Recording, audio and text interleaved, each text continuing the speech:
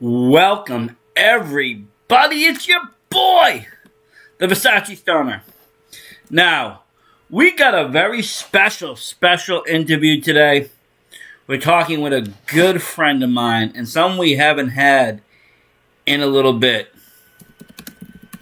And that is the one and only Tony Spencer. I can't wait.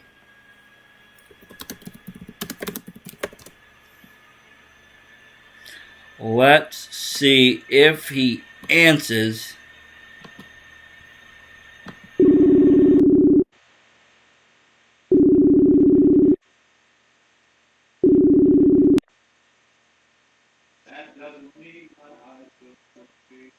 Hello. Tony, What's up, Versace Stoner? how is it going?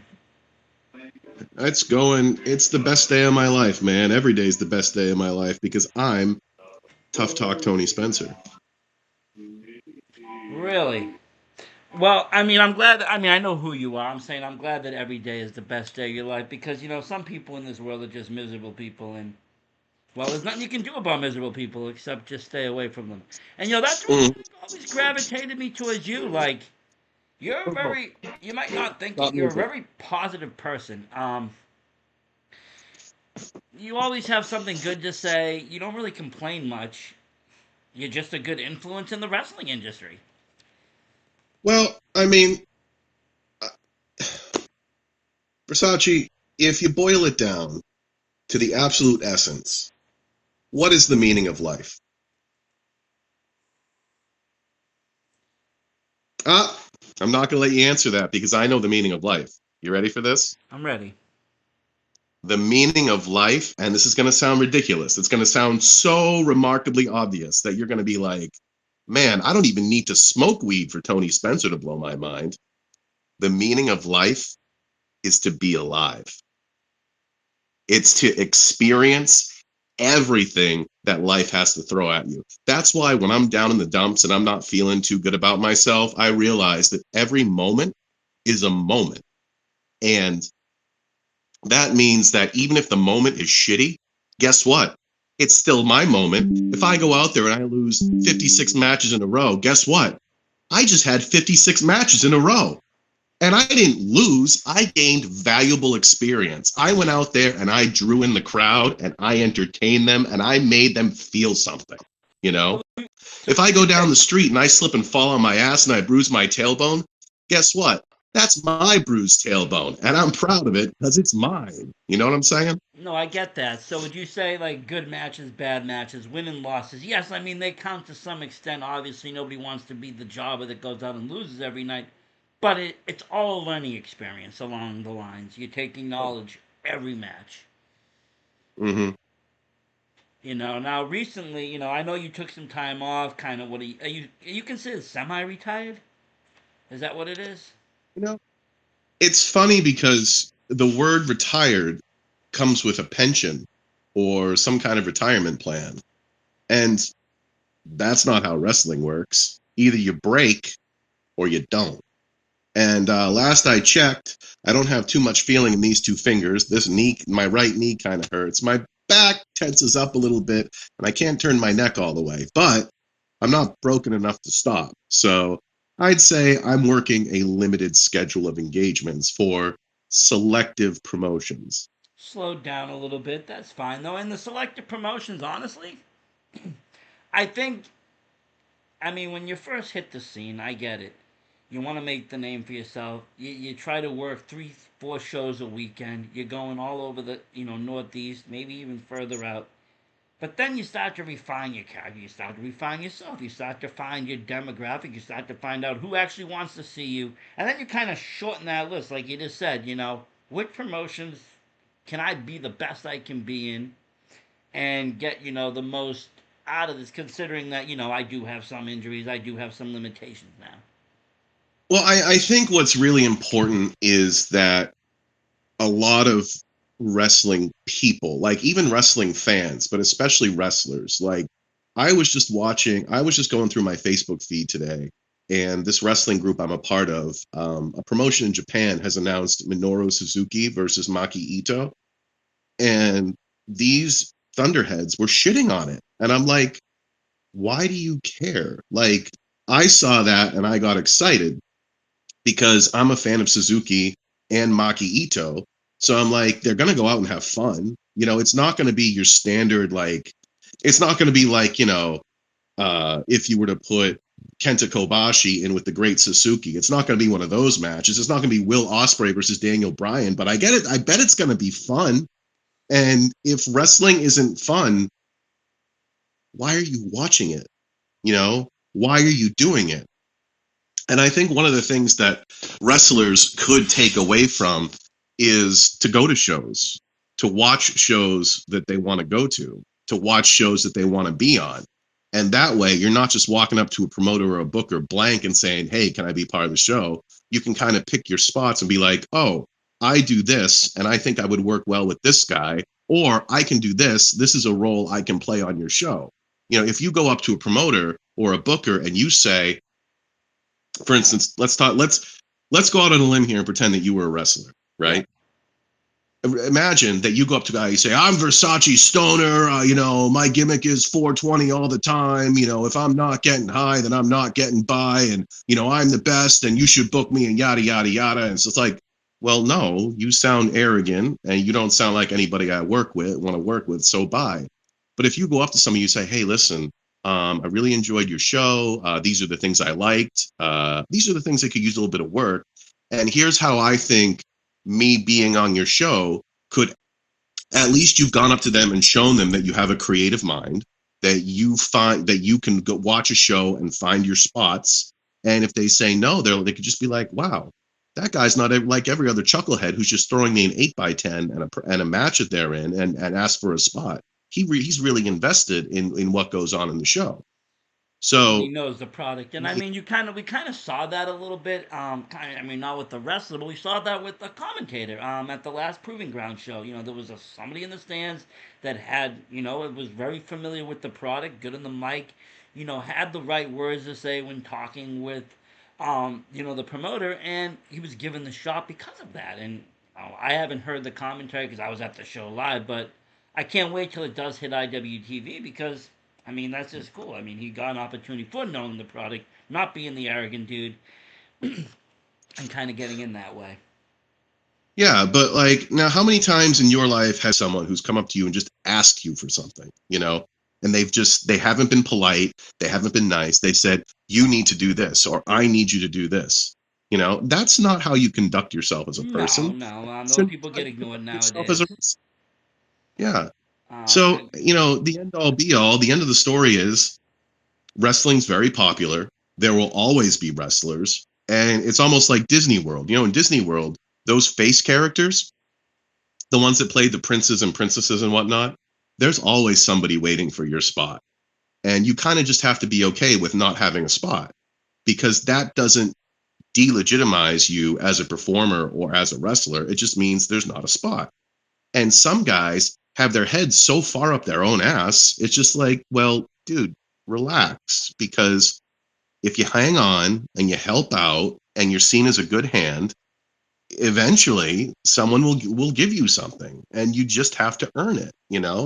And when people find out I'd say, for instance, look at a guy like Leo Sparrow, right, at a Creative Pro, yeah, or a guy like CTA, or even a guy like Matt Cardona. Now granted, Matt Cardona has the rub of being in WWE, but he didn't get to where he was in WWE by singing on his ass. He went out and made that online show. Like, he built his own heat. And it's the same thing with guys who aren't as popular as Matt Cardona, but guys like CPA, guys like Leo Sparrow, guys like Love Doug, or trying to think of other people, or Perry Von Vicious, or Rip Bison, or Ava Everett, who, the Delmi Exo, the guys who go overseas and are internationally renowned. They didn't just get handed that. They went out, they built a reputation, they became known as good people to work with, good people to work for. Like, life doesn't hand you anything, and neither does wrestling. So if you're going to be successful, like, I mean, I've never gone overseas, I've never main evented WrestleMania, but I'm still a professional wrestler. And that's the coolest thing about it in general. You know, I had one of my trainers say, when it's no longer fun, don't do it anymore. So every once in a while, I take a break because it gets to be too stressful. My anxiety flares up. Yeah, I and I start to think think I I'm mean more I think important that's than the I common actually am. misconception amongst like a lot of fans. Not all the fans, but a lot of fans that they're like, okay, this dude's a professional wrestler. The only thing he wants in his mind is to get into that WWE, and he wants to be this top star. And I, to some extent, maybe in the younger generation, or maybe it's still a dream, but it's not what everybody wants out of the industry. Some people just want to do what you just said. Have fun doing it, working the magic, working the crowd. You have the spotlight. Maybe you don't have the spotlight, but you're still part of the show. You're making a good show. It's not WWE. It's not WWE money. You're not going overseas like you said, but you're still a professional wrestler. You're still performing on a great show. You still have a platform to, be seen on. And sometimes that's just enough. Yeah, and can I tell you a funny story? Yeah. You know that I used to wrestle for Todd Sopel at the McCarthy Elementary School in Peabody, like God, more than 10 years ago, right? Yeah. I'm working as a janitor over at the Goffstown High School, and I would do my thing and have a lot of fun. And I was just sweeping the floor at a wrestling meet one day, and this guy comes over to me. He says, "Hey, are you Tough Talk Tony Spencer?" And I'm like, "Yes, I am." He's like, "I remember going to see you at Todd Sopel shows in Peabody." He's like, "You were really good." He's like, "I used to take my kids all the time." I'm like, well, I didn't bring any 8x10s or T-shirts, but like, it's just the coolest thing, you know. It's the coolest thing when you realize that you've entertained people, and Not just you've helped entertain them, enough for people. them to remember you even 10 years later. I mean, I can't remember somebody that told me a joke 10 years ago. No, not really. But they can Well, remember a match, you know? I got a good joke for you. You ready for this? Yeah. How is how is Tony Spencer like an egg? How? He gets over easy. See, that's the other thing. I mean, you're, in my opinion, one of the greatest mouthpieces out of New England. Not a lot of people have polished the work of being able to, put on a good promo. They might be good wrestlers, they might be some of the greatest athletes, but they don't have the greatest mic skills. Did that come naturally to you, or is that something you worked on? I mean, the thing is, I've always liked talking to people, and if you watch promos, sometimes it feels like the people who are delivering the promos are talking at you. And sometimes that's necessary, because, but I've always felt like when you're delivering a promo, that it should feel like I'm talking to you. And one of the ways I do that is, there is like the pregnant pause where I'll take a second and let what I'm saying sink in. Because if I do that, you're more apt to follow along. But if I get up there and I say, well, I gotta tell you something. My name is Tough Talk Tony Spencer, and my opponent tonight, well, he's good, but he's not as good as me. And when it all boils down to it, he's gonna step into the ring and he's gonna find out the full force and fury of Tough Talk. And that's the way it's gonna be. Well, that's a fine promo, but you gonna remember it? Or does it just sound like every other promo you've ever I heard? think I've heard it You at know, WrestleMania 2, 3, 4, 5, 6. But yeah, choice of words, I guess, even how you deliver those words, changing your tone. I like when people, one person that was really good was Jake the Snake. He was so calm, it was almost airy. The way he delivered in a soft spoken tone these, threats or whatever, it just made you think and wonder, well, he's in such control, because it is easy just to yell and scream at your opponent, or to pull a warrior and just go, ah. But well, it's another and way. there's a place for that, but at the same time, I still remember a Jake the Snake promo where he's talking about the bullfighters in Spain, and he's talking about how the Matador. the bull will chase the matadors, and sometimes the matadors will get gored by the bulls, or the matador will be able to kill the bull, and there'll be blood all over the sand in the arena. But what happens is the um, the people who clean up come in and they sweep everything away, and everything that happened the night before is forgotten by the next day. And then he used that in the promo to say that, what he's going to do tonight to his opponent is not going to be forgotten because, and it was just a great promo, but it's like one of those things where you stop and think, you go, wow, that guy is really good. Yeah, because I mean, you're taking things that you might have known or learned about and whatever, and you're throwing them into these situations that they would never, like you said, never be in. What world is bullfighting, cross pro wrestling, in spoken language? It really doesn't. But he put it all together. That's impressive. And that's there's something that's just always. I think that's what got me into wrestling was a lot of the promo work. And I will say there is a place and time for all that angry talking. Hogan was one of those guys. That would come out. Listen, brother, I'm gonna this is what it is. These are the biggest arms. Da da da da. The whole Python game. He delivered that well. But like I said, there was other guys that just could speak. Macho Man was on a different level of speaking. Um, while his wasn't as, I don't think it was as, it was different. He had a different way about him than Hogan. Similar but Mm-hmm. different. These are the things that like I said, grew up with and kind of got me into pro wrestling as a whole. Because yes, the wrestling was fun and the fight scenes were great, and the I guess watching violence as a kid like that, knowing that your parents are allowing you to watch it too, because they're like, oh, we'll order you the $50 pay per view. You're like, really? Okay, cool. Mm-hmm. Because at this point now, I'm like, whatever age, I know it might be fake. I maybe know some of it's real, but my parents know what's up, so they're just like, yeah, that's better than anything else he's doing. But for me, it was something like I said different. I started to get more into the characters and into the promos and into the storylines, and that's what would fuel my later years into wrestling, as the stories just they would kind of ride with me. I feel, and I don't know if it's just my generation of you know people that watch wrestling, but I felt like it kind of moved with us. As we were younger, it was for younger kids. As it got teenagers, it was Attitude Era. Then it kind of changed a little bit more. Then it changed a little bit more. Now it's almost like for my old ass now. It just kind of moved along with the time periods. But yeah, like I said, the voice work and all of that is just something that really just kind of drew me in, and you brought in that back for me in professional wrestling. There's like I said, your name says it all. Tough talk. You figured you'd have a good promo, but your promos are amazing. I remember watching the one that you just did recently. It was shown at the Rumble. It was about Ella Valentine and that whole situation. We can talk a little bit about that. And that's another great kind of storyline that just kind of came out. You've been a fan of hers for a minute. Well, you were the one that actually found Ella. Um,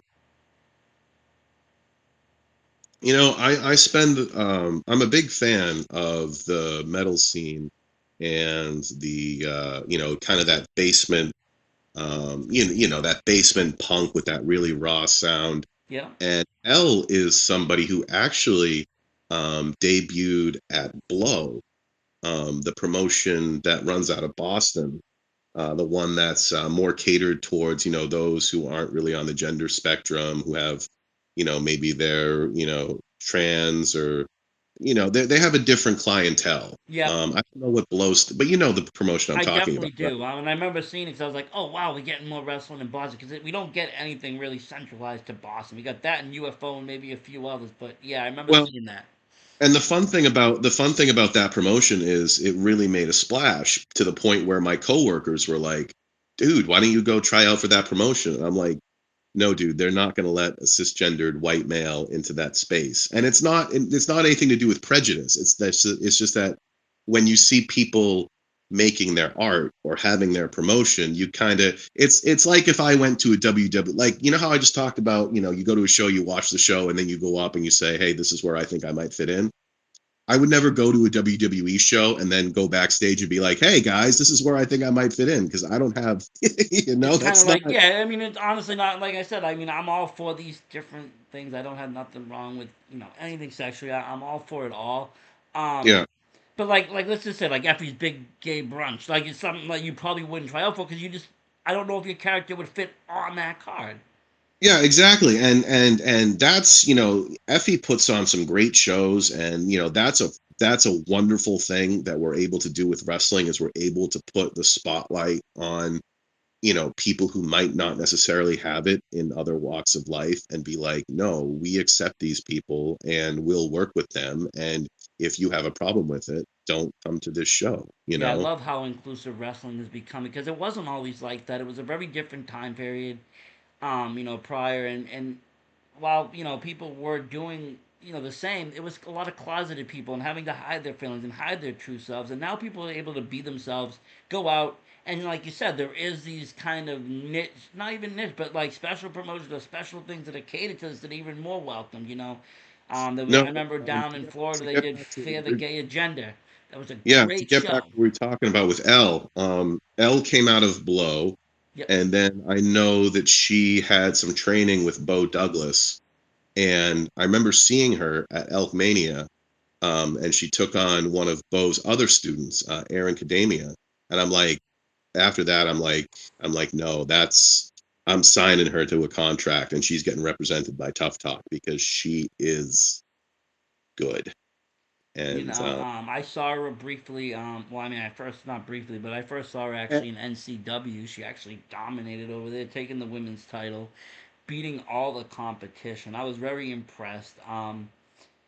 And the she, thing is, you only have to look around to realize that she's going up to Green Mountain Wrestling. She's going to the Wrestling Open. She's at Proving Ground. She goes up to Maine for I don't think Limitless, but for Let's Wrestle. yep, And, granted, there's a few less, there's a lot more male workers than there are female workers. So it kind of makes sense that you see the same girls in different places. yep. But nobody's going to reach out to you and call you up and email you and DM you to come work at their promotion if you can't handle it, if they don't think you're any good. And that's the great thing about Elle is that she goes everywhere. And I really wish that we were back in the days of the territories because I would hit the road with her and a couple other guys, maybe, Montero and um, Jamie Tucker, like put a car together and just drive to different promotions and say, hey, boss, what do you got? Because I got this car and, this is what she can do and this is what they can do a tag team or we can do this or we can do that. And I think it would just be really cool Well, you because kind of are you now part of the Dirt City Murder Crew? You just threw both of them in that car with you. I mean, it would depend on who was available, and But you who I did the knew. good choices. But I get what you're saying. You have, and that was kind of the cool thing about the day. You could kind of drive down to the Midwest and be like, work these just shows that maybe nobody would know you. There was no social media. They weren't going back and looking on YouTube and going, oh, he's done this over there. So you could kind of work everything again, Yeah, and then go another 100 miles and do it again. yeah. Um, but yeah, And the you thing actually had is, a good match with Mike. Speaking of Mike, that was fun as well. It didn't turn out the best for you, but I mean, Mike is another top superstar in the industry, like he said. But I just want to reiterate something and go back a little bit because you mentioned something, and I don't really like to. I don't really feel there's one school that's better than anybody. There's a lot of great wrestling schools in New England with really highly professional teachers that can really teach the art. But there is so many great guys and girls right now on the scene that have been coming out of bell time. I have to say it. I have to give it up for them. So many. I mean, from Alec Price on, and you just mentioned another one, Al. I didn't know that she actually came from there, but I mean, there's so many of them. And I've been talking to a few, and a lot of them are making a lot of moves. Yeah, yeah. And I think the thing is with getting a wrestling education is that it's the same thing as going to different shows as a fan.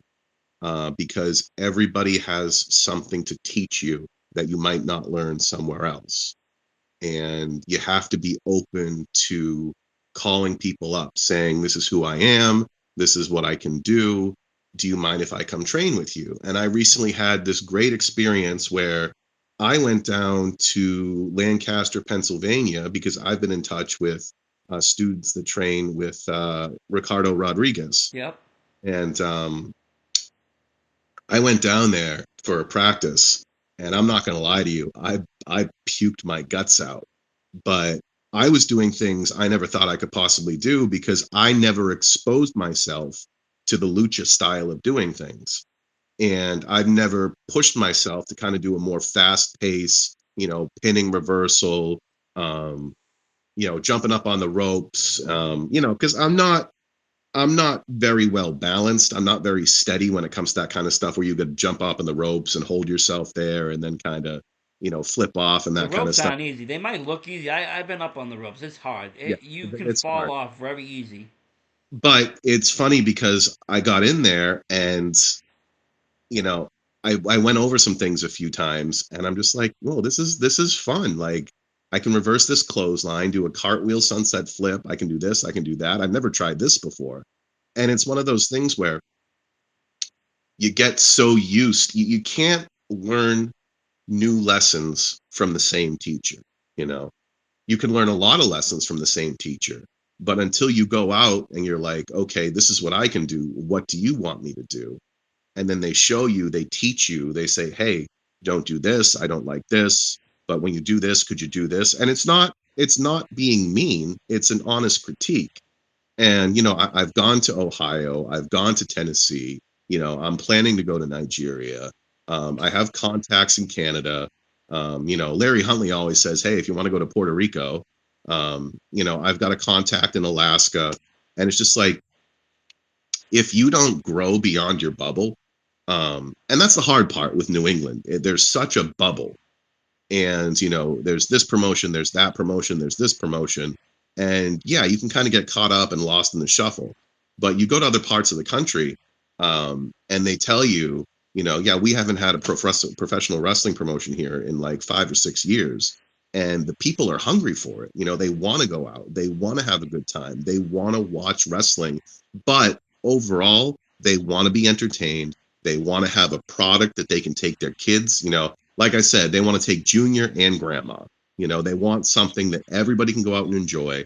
And to me, that's the appeal of wrestling. I don't have to come out and swear at you. I don't have to come out and bleed on you. I don't have to come out and swing a light tube at you. And don't be wrong, those deathmatch wrestlers, they have their place. They're hardcore. Let them do whatever the hell they want, as long as they're only hurting each other and not anybody else. But for me, if I can come out and look you in the face, flip your hat off your head, and call you a wiener, and get my heat, and then make sure that you're entertained as I get my ass whooped all the way around the ring. Well, come on, man. Like, that's wrestling for me. But that doesn't mean that that's what wrestling is for everybody else. No, it's very subjective, and Yeah, that's good. you got to have that three ring circus. If you don't like the clowns, you like the lion tamer. If you don't like the lion tamer, you like the trapeze artist. And that's what's cool about wrestling. It can be a lot of different things for a lot of different people. It is, and I mean, you're right. New England does have a bubble, but I think part of the reason is because we got such good platforms. If you can get on Beyond and you can get on, Wrestling Open every week and you can get on Limitless every month, do you really need to leave the bubble? You're getting all this exposure. Or maybe now you've gotten this exposure and other people have now seen your value and worth and now it's time to expand, and I think that's always the question, but people do, and I think even as the years get on, travels become different. People don't buddy up like before. You don't get 5 or 6 people to a car. you know um Traveling is also much more expensive. Car rides, gas, all of that. Food is ridiculous. Fast food, takeout food, cooking at home, all the same price. Doesn't matter. My wife went to McDonald's. It was $25. I cooked dinner the other night. It was $25. It was the same, and it was both burgers. Well, at least I know what I cooked was a burger. I don't know what she had, but they were called burgers. Anyways, you know, it's not like before, but it is good to get out there. And like you said, you got connects in Puerto Rico. There. Who are you gonna fight? Savio? Savio Vega's down there. He's always coming up here. I seen him being announced. I think both Vegas are fighting soon. Yeah, Savio well, and Don. I mean, that was just a conversation that I had with Larry Huntley. I don't know exactly Oh, what goes on with going to Puerto but Rico. no, but he's also another person in this industry that if you want to go somewhere, reach out to him because he has so many connections. Yeah, and the thing is that I'm really excited because I'm working on this thing with Nigeria, and I really think it would be a lot of fun. Let's talk But about that for a little bit. How did you get involved with the Nigerian wrestling scene? so you are not going to believe how this happened, but I was just one day on my Instagram sharing like pictures and stuff of wrestlers that I like. So I put Becca on my story. I put Masha on my story. I put, Big Bacon Brad and Zoe Cannon and Just Jay and Perry Von Vicious. Every once in a while I like to hype up my guys. So I'll throw them on my story. And this Nigerian guy reached out to me because he thought I was Becca. So What? he was trying, yeah, he reached, Oh, because he saw the story. yeah, he saw the picture in the story and he's like, "Hello, beautiful." I'm like, "Well, that's not me, but this is who I am." And I sent him all my promotional pictures and we got to talking and he sent me one of the match that I showed you. Yep. Um, the one where there's a crowd of people around him and he just comes out to the ring and I'm like, we just got to talking. Like this dude, he calls me like once a week, every other day. How are you doing, my brother? How was your day? What's going on? Looking forward to fighting you here in Nigeria. Then he got me in touch with another guy who's a promoter who's been promoting wrestling events in Nigeria since 1989, who travels all over the world getting sponsorship for the Nigerian wrestling. Um, and it's just one of those things that I really got to do something for Becca, and be like, hey, here's, I don't know, here's a Tiffany's bracelet for getting me this contact in Nigeria because it's the coolest thing. That's And all I crazy. had to do was share her picture to get this booking, and I'm like, geez, do I owe her like, do I owe her a cut of my payday? Wow though. But that's cool, and you wouldn't think like you think wrestling hotspots, and you think oh we got England, and Germany's now becoming Japan, of course. People are going in and out of there. You don't really think of Nigeria as a hotspot, but you did send me that video, and I kind of looked into it. I found other videos. There's a lot out there, and the fans are into it. It's not just crappy. The fans are into it. People are into it. That's kind of exciting. I have to say, it's something different because it's again going to be a different style. It's not going to be lucha style. It's not going to be American style. And like Japan has a more hard hitting style. I feel, especially if you get into the real strong style stuff. But like from what I saw, it was even different than that. Like it's totally different vibe. Is there any plans on like when you're getting down? Or are you kind of just working out details and just kind of feeling things out? Well, the hard part is, and I was talking to the promoter the other night about the situation, and the hard part is that even though, like for instance, my friend who I want to wrestle, he's never asked me for a dime, you know. And the promoter, is trying to get funding for the shows, so he'll reach out because he wants funding for the shows, and I'm like, listen, first of all, I don't have any money to give you, but talking to different people, the stereotype is the Nigerian scammer, that they're taking the money and using it Unfortunately. for money laundering. And the thing that stinks is that my contacts in Nigeria just want money so they can put together wrestling Well, shows. that's the thing. I And mean, these aren't internet scammers. Nigeria is a legitimate place. There's legitimate businesses over there with people working and having a. Not everybody's a rich prince looking for to unlock their held funds. Um, yeah, I mean, have you ever sat down and priced out a wrestling show here? yeah, You'd have it's to spend ridiculous. yeah, you'd have to spend at least 5, 6 grand. You do, And and if you don't have it, and I mean, well, this is the season, tax season. You're going to see a bunch of people throwing shows, but if you don't have it saved up, the first thing to do is to get sponsors. Now, if you're not a notable person, it's kind of hard, and if you're known for scamming, it's hard. It's very hard. So, but again, in your case, it's like the person I think is more unknown, but with a bad stereotype for a whole nation. mhm. And you really can't do that because, like I said, there's legitimate businesses out there. I got things that says made in Nigeria. I don't think it was made with some stolen money from some dude trying to, Yeah, embezzle money for a wrestling show. and the problem is, as even though that I've gotten close to both the promoter and this other guy who I want to work with when I get there, is the stereotype in Nigeria is that everybody in the West, everybody in our country is exceedingly rich, and we can just afford to send them money because we have everything we need as a luxury of living in the West. And the discrepancy is that they are so poor that the poor people here are not poor to them, you know? Like the fact that you can go out if you're struggling and you can get food stamps and you can get health insurance and you can get government assistance. Like for them, they don't have that. So Even the poor people look rich to them, and that's the problem. yeah, and Um, it's a thing that it's one of those discrepancies where poverty in our country is not the same as poverty all over the world. Poverty in other parts of the world literally means you're starving to death. And I mean, I know there's people in this country who have that same situation, but there is. if you look There's a at it, lot. yeah, but at the same time, it's like I said, the secret of life is to be alive. And unfortunately, sometimes that involves suffering. But, the best you can do is to sometimes the only thing you can do is look at a situation and say, how can I make this better? Yeah, I mean, I know people that will say they're broke if they got, under 500 in their wallet. That's not really broke, considering if you go to another country, which is $20 in their hand, they can, eat for the week or live, a little bit better. So yeah, I mean, there is these discrepancies, and it's hard to kind of conduct business when the cultures are that, apart. But you got people like you and you got people like him, which are doing great communication. And with the communication, maybe some of these barriers can be broken down and be like, look, I don't know what you've been told and I don't know what you heard, but not everybody over here is even successful. Um, and he's going to tell you, well, not everybody over here is trying to be out for money, and that's what you've learned. People are just trying to source things, to put on a show. Like you said, $5,000 here in the U.S. to, let's just say, put on a decent show. I mean, maybe, you're not, and maybe you're not even getting top talent for that price. You're not getting people flown in or whatever.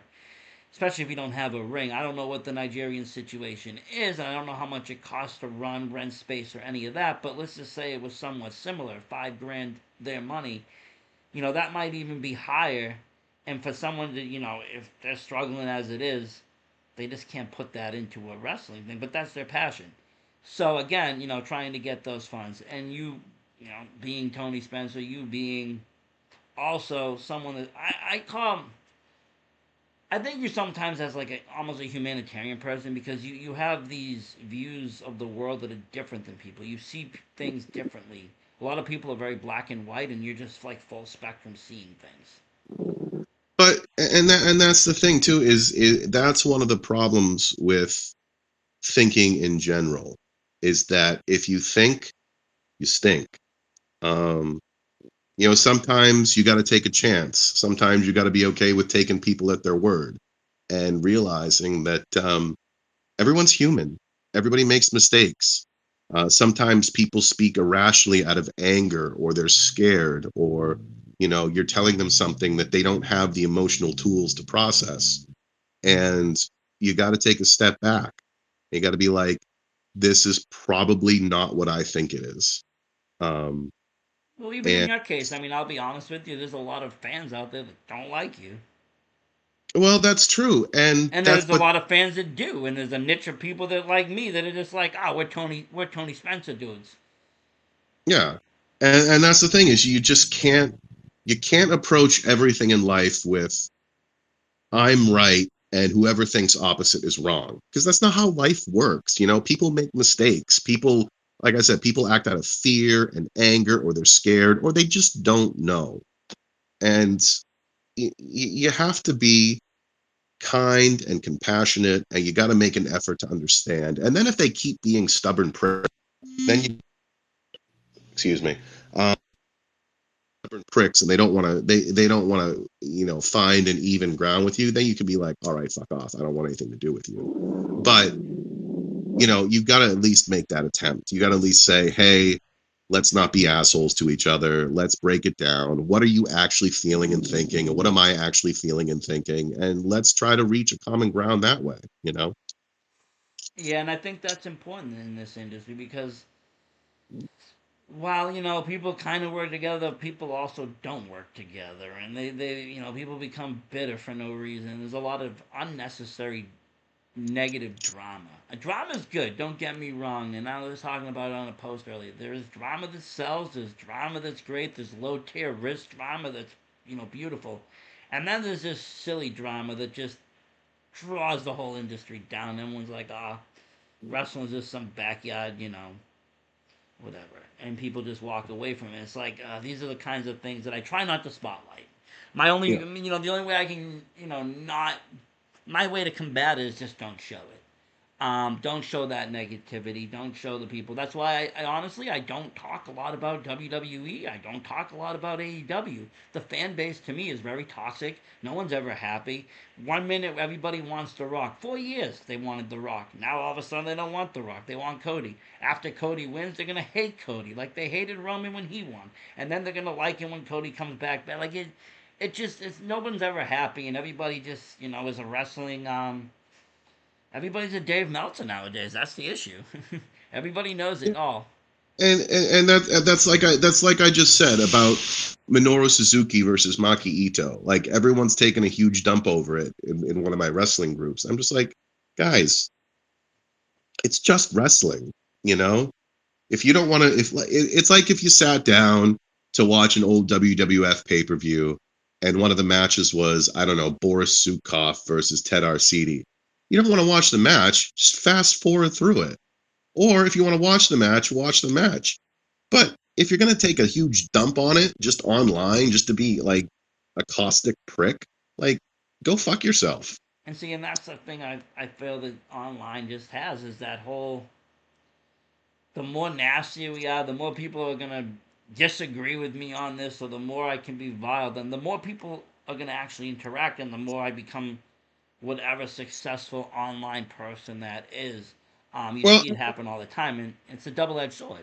and let while we're talking about Dave Meltzer, let's talk about this. What's the point of assigning matches star ratings?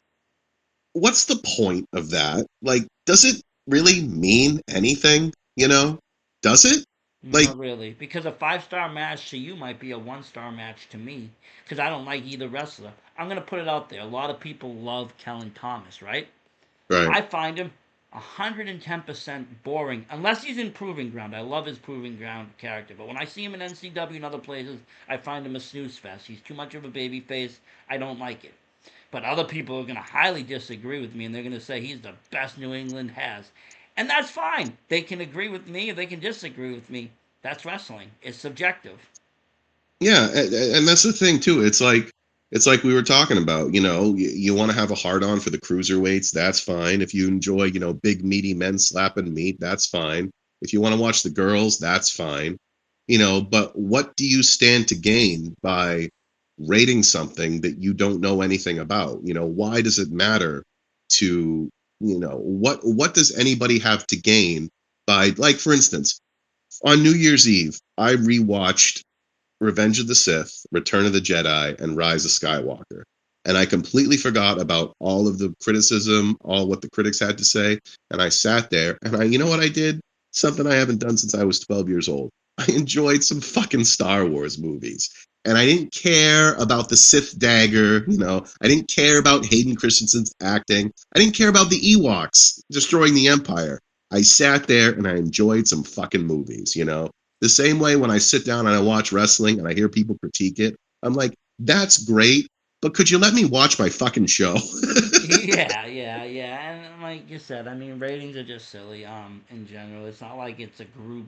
It's not like you took every fan and say, "Hey, what did you think of this match?" And it was like one large, you know, equation. It's not even that. It's one guy saying, "Well, this is this, and that is this, and this is this," and again, it's all based on a scripted industry. I mean, a lot of the stuff is But scripted, and people forget that. It's like, oh, they get so mad and caught up in the moment. It's like because it serves the purpose to get you to watch next week. If they had things happen the way people want them to, Wrestling would be so boring. You know, the fan favorite would win, and then nothing. You just keep winning forever. Like there has to be this. People don't understand that. There's writers out there that are much more smarter than all of us writing. Yes, we understand.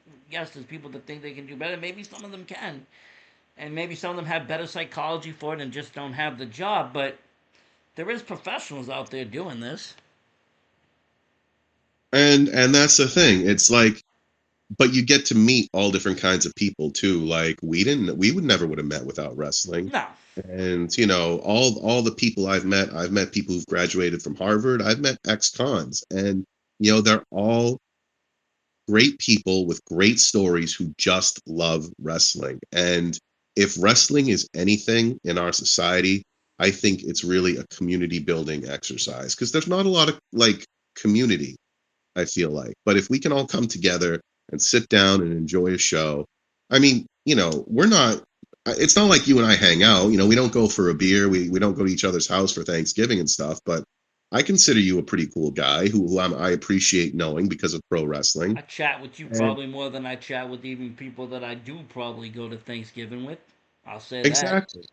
Yeah, and that's the beautiful thing is even if you get close to someone in wrestling and you don't stay friends like years and years ago like when I was friends with Masha we would talk every once in a while and she'd help me out give me advice and and now she's just kind of moved on because she's reached a different level in her career and Oh, she's believe me, busy. I know. I've been trying to get a hold of the publicist to get an interview. She said okay. I just have to get approval.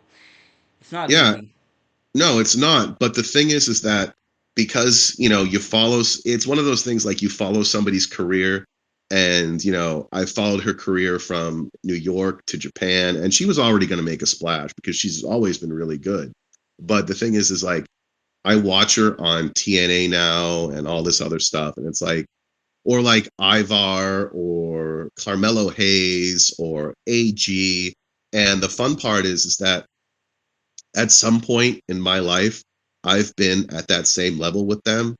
And, I'll send them a message every once in a while and be like, dude, you're doing great. I saw this on Raw. Or, hey, I watched this clip from Japan. That was awesome. Or And I mean, that that's even like TNA how stuff. I look kind of like at Becca. You know, when I first saw her, she was basic Becca. She came out with an 80s kind of Yeah. And the look. scrunchies. And then, But yeah, it just evolved and evolved and evolved. And now I heard she's making professional music, pop star, wrestler. You know, she's been on, bigger levels. She's been on across seas. And it'll be yeah, a matter of time. I mean, to bring it full circle, she's been in the ring with Maki Ito, and the fun part is just like, even if you don't have that connection with those people, even if you've never been on their level, even if you've never been in the ring with them, it's just so cool to watch it evolve and progress. And again, it's the magic. I It mean, is, and people now it's and the like, cool thing is, a lot of these guys are still humble. I know AG, like he'll still go and help people. He'll still help promotions around here. He'll still yeah, give advice. He'll still help wrestlers. He'll still go to trainings. He'll still train with them. And that's a guy that lives the dream. He's made a living off of pro wrestling. That's what he wanted to do, and he saw to it, one way or another. Um, yeah, and I have to give kudos to that. He's yeah, one of the guys when I got in 2017 to the indie scene. 'Cause I took a very long time off of wrestling. And when I was younger, the indie scene just involved a bunch of no-name guys and then a couple of WWE guys, two WCW guys, and one washed-up ECW guy. So it yeah, was a different time period. It wasn't nobody really had their own glitz glamour. Nobody was really important on the scene or at least those shows I went to. It was always about who they brought in, like Honky Tonk Man and Warlord. They cared more about that stuff. But when I got in 2017, the first show I went to was this NCW show, and I saw actually AG on the show, and it just intrigued me how put together he was. Came out, he had the gimmick at the time. It was retrosexual, had the girls, had it all, looking great, glasses, and the indie scene was so vibrant.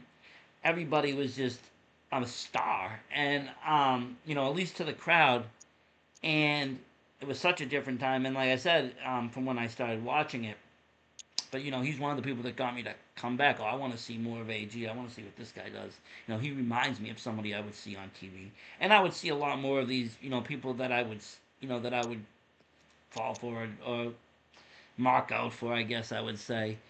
And it's funny, the people that I do mark out for, it's not like the typical people that people mark out for. But yeah, it is cool because at one point all these guys and girls, were on the same level. I mean, the same on that show. Perry Von Vicious, Rip Bison, they were on that same show. Ava Everett was on that show. I mean, there's four people that you just mentioned. They've all been overseas now recently or in the last year. I know Perry and Rip just came back from Japan. They're killing it over there and on the scene. I think you know it's what it is. And it's great seeing that progression, even if it does take 10 years or 6 years or whatever, how long it takes. It's great seeing that. Yeah. And even like I said, it'll be interesting to see what happens with you in Nigeria. I think that will be good exposure. But like you said, you reached out, you did some work. Would you say Pennsylvania? Yeah, down in Lancaster, Ricardo Rodriguez has a school down there that I've been fortunate enough to go to. Bob Evans took me on the road Yep. to Ohio, Ooh. um, and I made some contacts out there.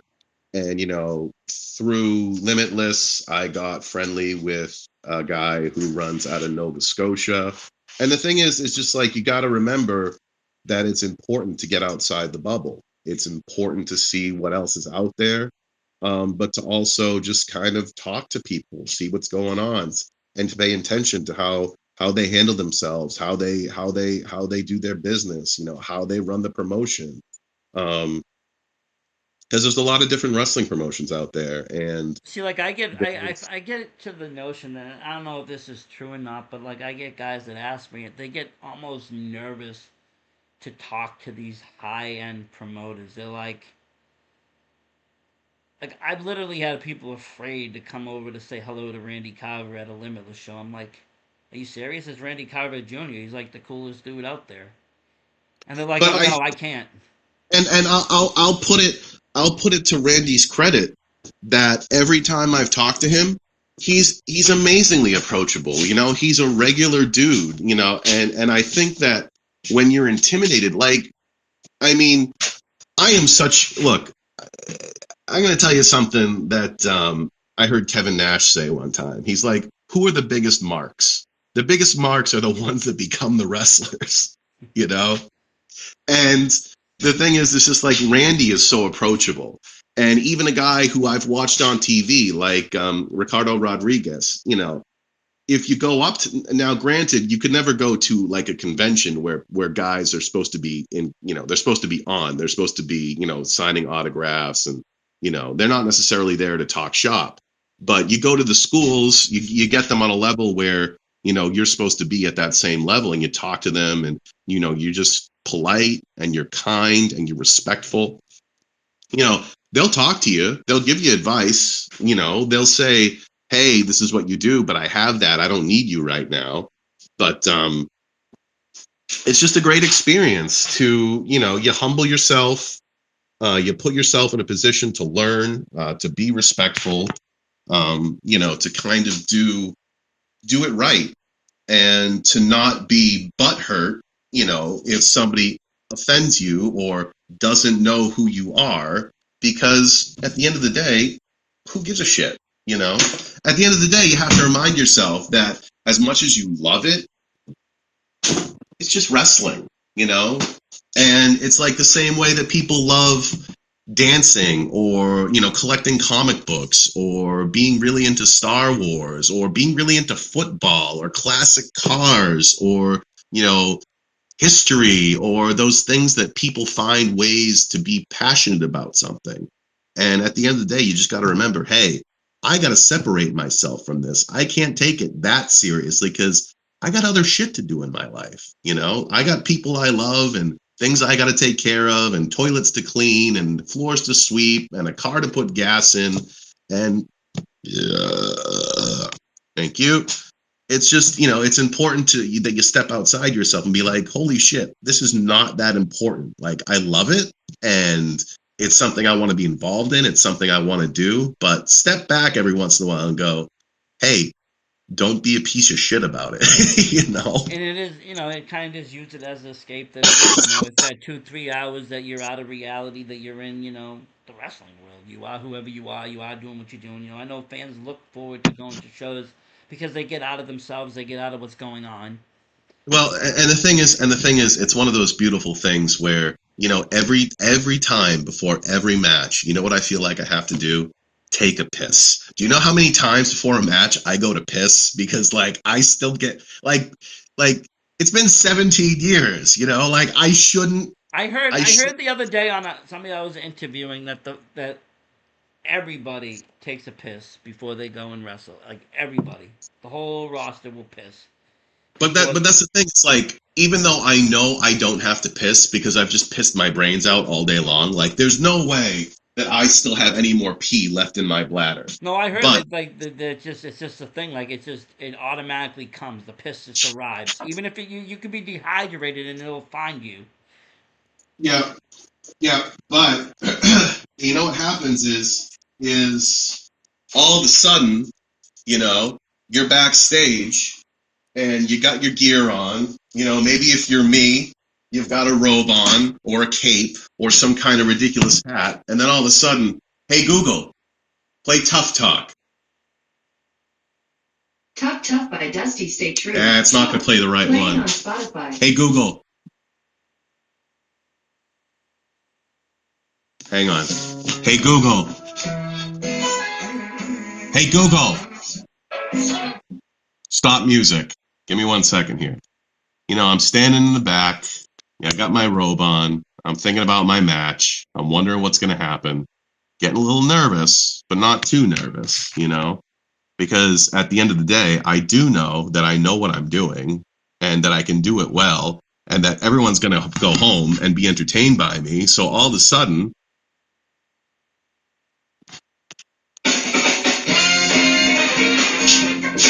here I am. Yay! What, you want to boo me? You want to boo me? You don't know a thing about me. Sit down. Sit down. I will slap you, little girl. I will slap you all the way back to China. Oh, you're not from China? Well, I am. Sometimes. And you just go. And you just go and you call the old person old, and you make sure that they hate you. You flip the hats off the heads. You steal their drinks, Maybe once in a while you walk away with some lady's purse because they're like, dude, why is that guy stealing my mom's purse? Now, let me ask you though, how do you know when to that it's gone too far? Like I've been to like a proving ground show end of last year, and there was. Are you still there? Yep, still here. Okay, I didn't see no video. There was an older guy in the crowd. He got into it with Davey Cash and the in that tag team, and all of a sudden, the dude was just fuck you, and all of a sudden I see a chair go flying. I see freaking this dude just lost his shit. I mean, he's probably like 70 years old. I mean, they're asking him to leave, and people come in and they escort him outside. He stands outside. He had to wait for his friend, and his friend had his mother. She was there. She must have been about 90. They weren't young kids that were doing this. They were in their elders. So how do you know, okay, I can see it in their eyes. This person's going to lose their shit for real. I got to stop. Well, I mean, it's one of those catch-22 things. Like, you look at a guy like you come to the shows dressed up, you put on a gimmick, but I know that you're not on the show, but you feel like you want to be, you want to enjoy yourself as much as you can. So you put on a gimmick, but you're there to have fun. And sometimes, especially with somebody like me, where I do push the envelope, you got to be ready. You got to be careful, because I'll tell you, I mean, as much heat as I generate, I am always ready to get stabbed. I am always, always, always ready to get stabbed. But in that same point, I never want to push the person who's going to stab me, but it would be pretty cool. But you just have to know that, it's the same way that, sometimes a wrestling match can go wrong, and you got to be quick on the uptake, and you got to be able to figure out what you're going to do if something does go wrong. Like, if the other guy, if the other guy happens to, I've seen this before where somebody will slip running the ropes and they'll just destroy their ankle. So you better be ready to go home, right there, whatever it is, you need to stop. Or like I had a match with Delilah Hayden where I slammed it to the ring post and got busted wide open. We had to cut the match short because I had to go to the hospital. I was bleeding like a stuck pig. I had to go get stitches. And it's the same way when you get an over aggressive fan. It's like if you don't sit down, then you have to be ready to take somebody down because that's not the people who buy the tickets and come to the shows. They're welcome to cheer and boo and scream and yell, and even like you who gets so into it, put on a gimmick and just have fun. But remember that you're not part of the show. You're just there to enjoy it. The people who get really hot and they really get into it because they think that they can, just assault a wrestler. It's like, no, you're not. You're here to watch the show. You're not part of the show, and Yeah, and I mean, people like that's the need to thing. be Like reminded of I mean, I obviously I know I'm not a pro wrestler. That's not what my whole gimmick even is. I mean, I'm a personality. I talk about wrestling. I do some other shit too. I smoke weed. I do weed reviews. I've made music. I've had some fun. But when it comes to wrestling, what I like to do, my idea and why I started the podcast was to put eyes and ears on the independent scene for people like you, Dick Lane, P. Dak, the guys and girls that I really, marked the fuck out of when I first, started watching in 2017. I bought gear, I bought whatever. Really marked out over it. I wanted them to have a place that they could get seen. All of a sudden, I saw that I was getting a good social following, and I said, "This is my platform. Let's push everybody." I love to go to shows dressed up because that's who I am. Do I dress up like that every day? Actually, yes, I do. I actually do go out wearing fucking $500 to $1,000 suits sometimes just to go to the store. Sometimes I go to the dispensary dressed into the nines with two fur coats and three hats, and I look like fucking a pimp off the street. And you know what? I get a lot of cheers and applause and people like that. It's just something that I do. I've kind of taken my character, worked it into the what I thought would be, worked it into my life, worked it out of my life, and made it all just work as something that's not too extreme, not too out of the realm of like, oh my god, and but yet not dangerous enough to get yourself canceled. It's just Yeah, something that's but kind but of but there. it, but it, but at the same time, like I know that the Versace Stoner is not somebody who's going to be a risk at the show. No, you I could know. come over here. You could slap the hat off my head. I'm gonna know. Hey, this dude's he's playing it. He needs to get the heat. I'll act upset. Yeah, I'll do what I have to do. I'll play my role.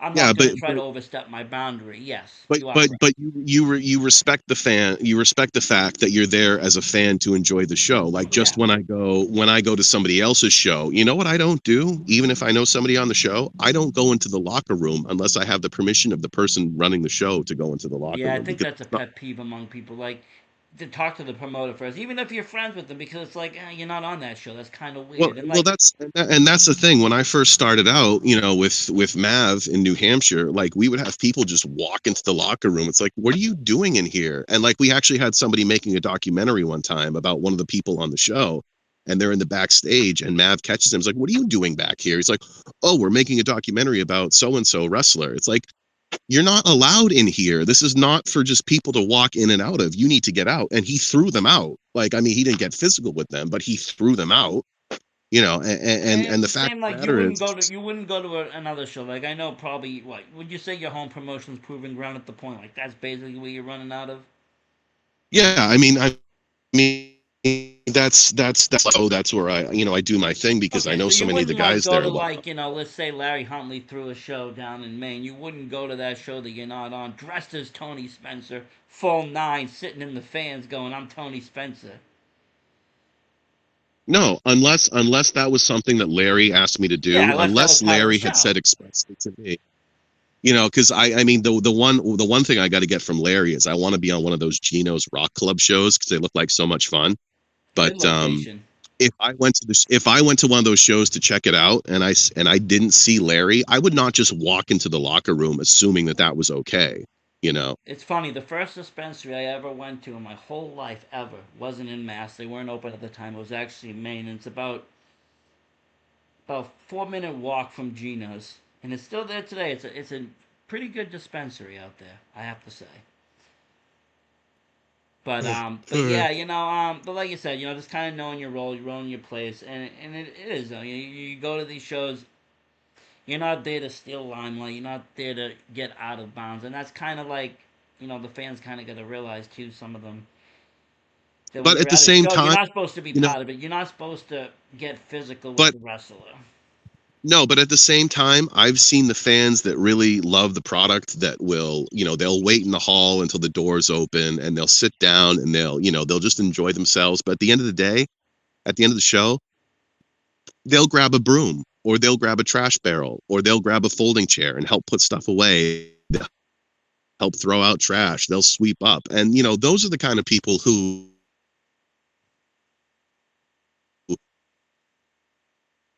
get it, who get their role as a fan, but also that there's a certain level of helping out that they can And do they because they kind of enjoy want the to, product. and And yeah, I that's mean, kind of the and cool synergy that can exist, it is, when you and for have those guys, and girls, they might want to go a little further in the industry than just the fan. They might want to be part of the crew. Who knows? Also, it's a respect thing. They treat it, this is their promotion too. They come here to enjoy it, and it's the right thing to do. To clean the hall, keep it clean. If the hall's destroyed, guess what? The promoter's not getting invited back. The show's not happening. That's a very important thing. Respecting where you watch the wrestling. It takes a lot for a um promoter to get a good working, repertoire with these hall owners and stuff, and you don't want them to lose that. hey, listen, I've really enjoyed talking to you. It's just that I'm feeling a little under the weather. I got to be to work in about now. I'm going to try to put in a nap before I get there. Oh, But no this has been really problem. great, and I just want to thank you for all the support over the years, and buying my gimmicks and supporting my show. Excuse me, I don't have a show. Supporting the shows that I've been on, and just being a really great fan. You're good. You're good. You respect wrestling. You understand what it is, and the people like you who enjoy it, and not only enjoy it but go out of their way to help. Support independent wrestling. Those are the people that I'm glad are around. Not like the 70-year-old guy that we had to throw out of the Knights of Columbus. Thank you, Tony, for coming on. It's always a pleasure, and hope to see you soon in action. Let me know about that Nigerian thing. Maybe we can make something happen for this guy. I'm gonna work some magic and see what I can do. Honestly, Well, do you want to go out with some tough talk? yeah, yeah. Versace Stoner, it behooves me to inform you. The great Tony Spencer has once again given himself, lowered himself to your level to come on here and speak to not only you, but the pedestrian plebeian masses that could never comprehend the monosyllabic utterances that tumble from these lips. But in the course of our diatribe, the dialogue, the sacred sustenance of the spoken word that has exited our mouths and brains over this extended course of period, I tell you that I am proud of what I have had to say with you here today. I'm not necessarily proud of what you've had to say, but of what I've had to say has truly been delivered unto you from the angels. And that's not just any sort of trumped up 420 weed smoking induced coma talk. That's the tough talk. Thank You're you. welcome. Have a great day. You too. Bye bye. And thank you, everybody at home, for watching. That was great. It's always great to talk with Tough Talk Tony Spencer.